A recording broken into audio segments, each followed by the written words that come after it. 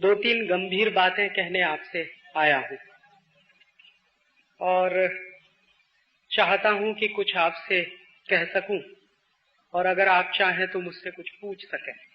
मेरे व्याख्यान के बाद अगर आपको लगे तो आप सवाल जरूर पूछिएगा। जिस विषय पर मैं व्याख्यान देने वाला हूं वो विषय आज हमारे देश के लिए सबसे महत्वपूर्ण है, इसलिए अगर आप उसमें कुछ सवाल करेंगे तो मुझे बहुत खुशी होगी। आजादी के 50 साल हो गए हैं, ऐसा भारत सरकार कहती है। 1947 में हम आजाद हुए थे अंग्रेजों की गुलामी से और 1947 में जब आजादी मिली तो अब 1997 आ गया है। ऐसा माना जाता है कि 50 साल पूरे हो गए देश को आजाद हुए। मैं मानता हूं कि ये आजादी के 50 साल नहीं हैं, बल्कि हिंदुस्तान की गुलामी के 500 साल पूरे हुए हैं। ये कभी कभी आपको आश्चर्य लगेगा कि ये राजीव भाई ऐसा क्यों बोलते हैं, गुलामी के 500 साल। भारत सरकार तो कहती है कि आजादी के 50 साल हो गए और मैं बहुत गंभीरता से ये मानता हूं कि आजादी के 50 साल नहीं बल्कि गुलामी के 500 साल पूरे हुए। वो कैसे, उसको समझिए।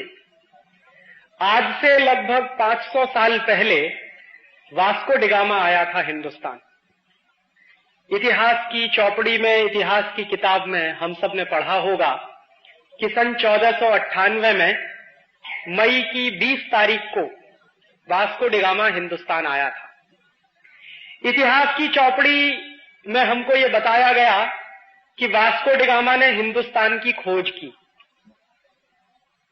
और ऐसा लगता है कि जैसे वास्को डिगामा ने जब हिंदुस्तान की खोज की तो शायद उसके पहले हिंदुस्तान था ही नहीं।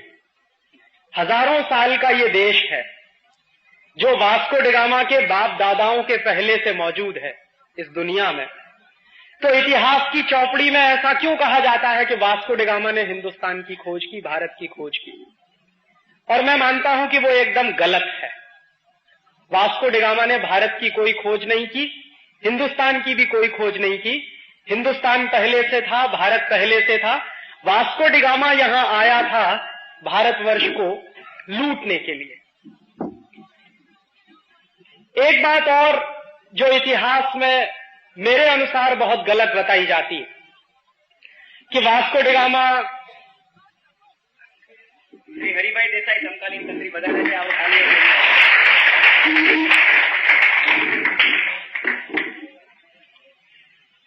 दूसरी बात जो मैं कह रहा था कि अक्सर ये कहा जाता है कि वो वास्को डिगामा एक बहुत बहादुर नाविक था, बहादुर सेनापति था, बहादुर सैनिक था और हिंदुस्तान की खोज के अभियान पर निकला था।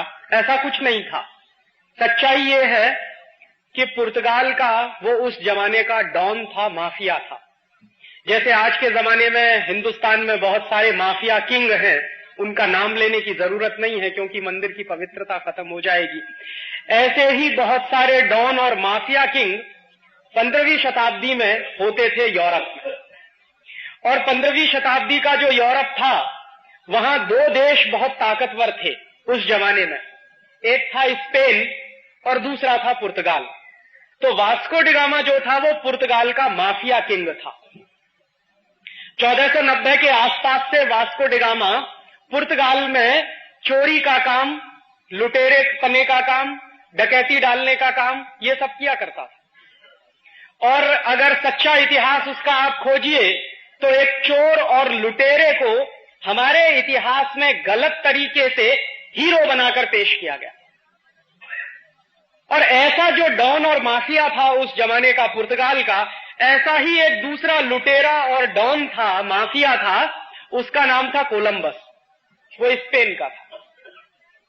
तो हुआ क्या था, कोलंबस गया था अमेरिका को लूटने के लिए और वास्को डिगामा आया था भारतवर्ष को लूटने के लिए।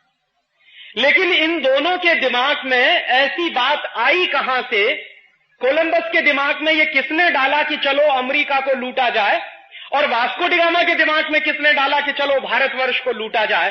तो इन दोनों को ये कहने वाले लोग कौन थे? अतुल भाई जो बता रहे थे वही बात मैं आपसे दोहरा रहा हूं।